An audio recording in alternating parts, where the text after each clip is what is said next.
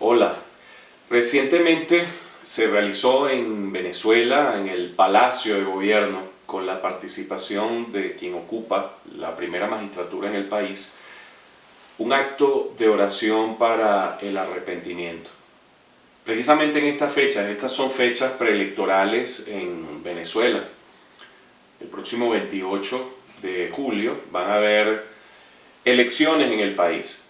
Nosotros esperamos que puedan ser elecciones, nosotros esperamos como venezolanos que de alguna manera los acuerdos y las negociaciones que se han realizado fuera de Venezuela encuentren un fiel cumplimiento, de manera que los venezolanos podamos ir a votar con toda la confianza de saber que puedan ser elecciones limpias.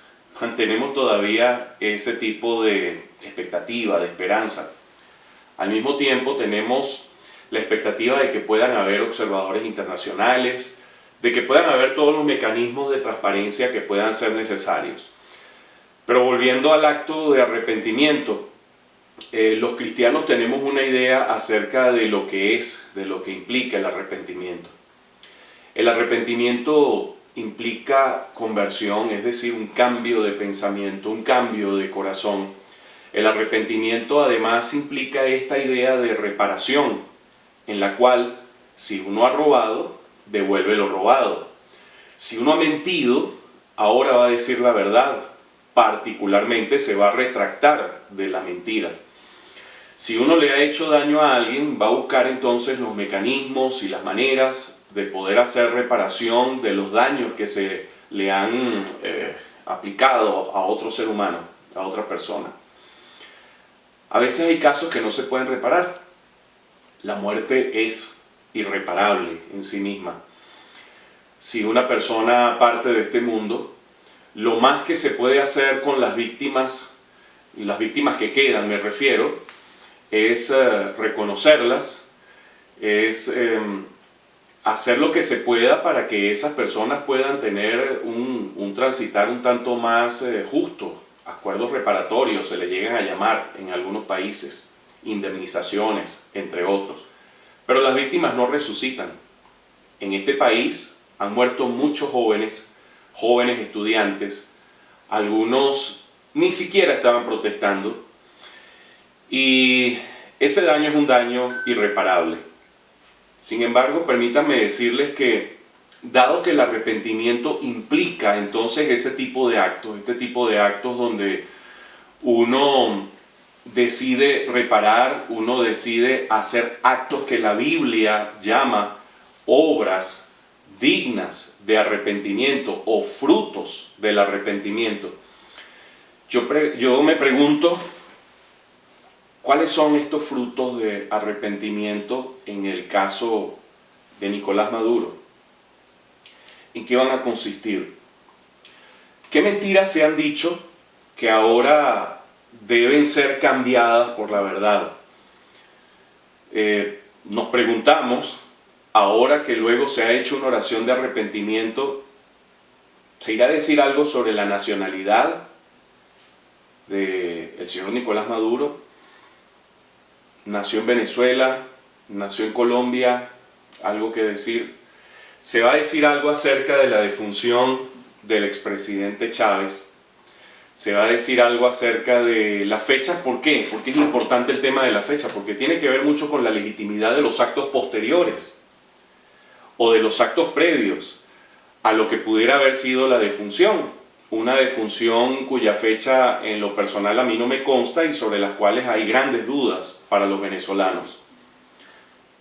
¿Cuáles son las reparaciones que van a encontrar las víctimas, los que han sido asesinados, los múltiples testimonios que se han dado desde el informe de la señora Michelle Bachelet, desde las diferentes instancias internacionales que de alguna manera han generado señalamientos importantes?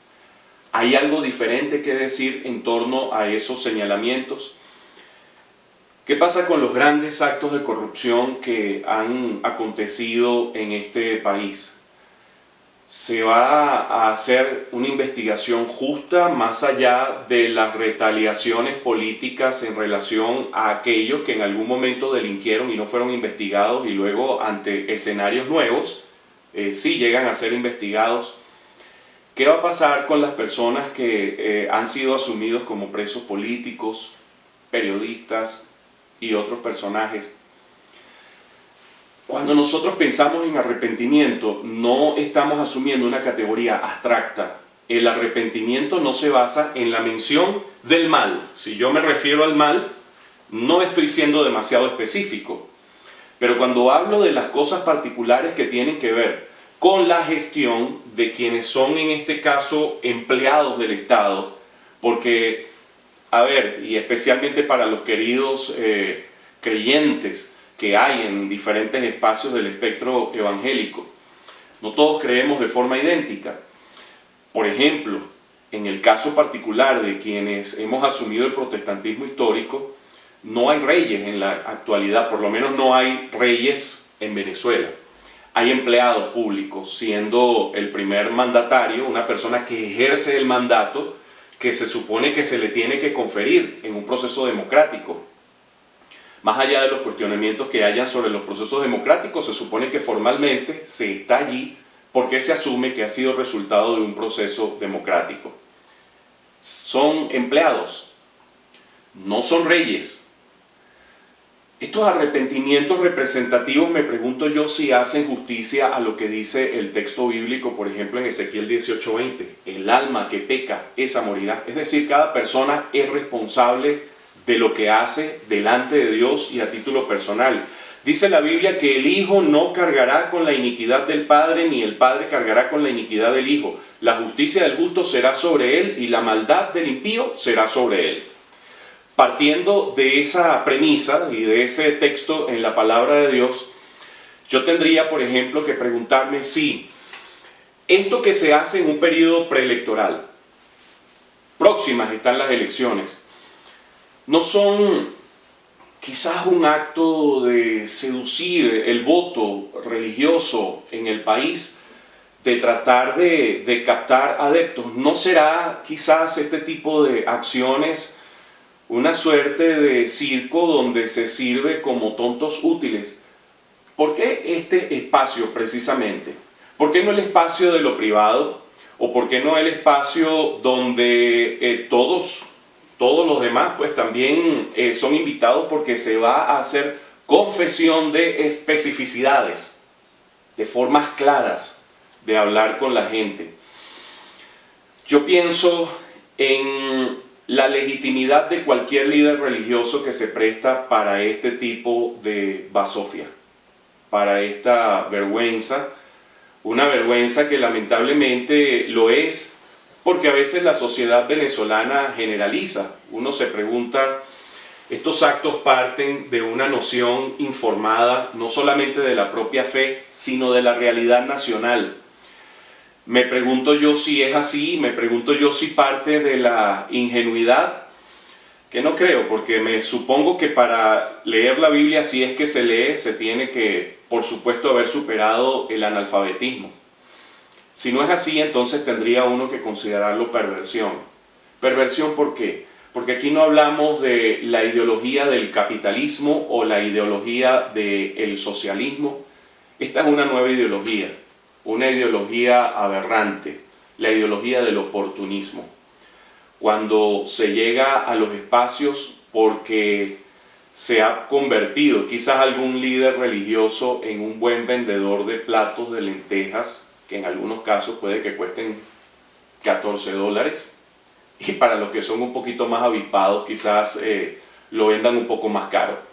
No sé, es el ejercicio de la especulación basado en las cosas que se ven, pero hay que pensar estos arrepentimientos. Más allá de eso, los males que nosotros hacemos tienen consecuencias. En algún momento, tanto quienes se hacen cómplices de situaciones como esta, engañando a la gente creyente, engañando a la gente ingenua, como aquellos que son propiciadores de males, tendrán que dar cuentas a Dios. Finalmente Dios es justo. Esta vida terrenal no es para siempre, pero hay una eternidad, y en esa eternidad habremos de dar cuenta por el resto del tiempo, por el resto de lo que queda. Pido al Señor por un verdadero arrepentimiento, no solo de quienes ocupan alguna responsabilidad en el escenario público, sino también de los líderes religiosos que llegan a darle la espalda a la Biblia, la espalda a la gente de la iglesia, especialmente la espalda a Venezuela, un país tan golpeado por tantas adversidades y un país que espera que el próximo 28 de julio pueda ser un escenario de verdadero ejercicio de la democracia, donde si hay arrepentimiento, con toda seguridad se dejará de perseguir a los otros bandos políticos para que podamos tener unas elecciones justas, claras y transparentes, independientemente de quién las gane. Esperamos que sean ganadas legítimamente por alguien, de manera que podamos tener instituciones reconocidas por todos los venezolanos, instituciones reconocidas también por las otras naciones, y que eso pueda ayudar a mitigar un poco, a reducir un poco las penas que se llegan a sufrir, no quedar como una suerte de estado aislado. Hoy recuerdo, por ejemplo, hablando de aislamientos, qué pasa con países con los que se terminan relaciones y cosas por el estilo. ¿Será que esas cosas se van a normalizar? ¿Serán ciertos estos arrepentimientos? Siendo ciertos o no, yo creo que lo más importante es separar, o más bien quizás aprender a separar lo que es la conciencia ciudadana de los misticismos religiosos que muchas veces representan malas interpretaciones de las Sagradas Escrituras. Un gran abrazo a todos, que Dios les bendiga.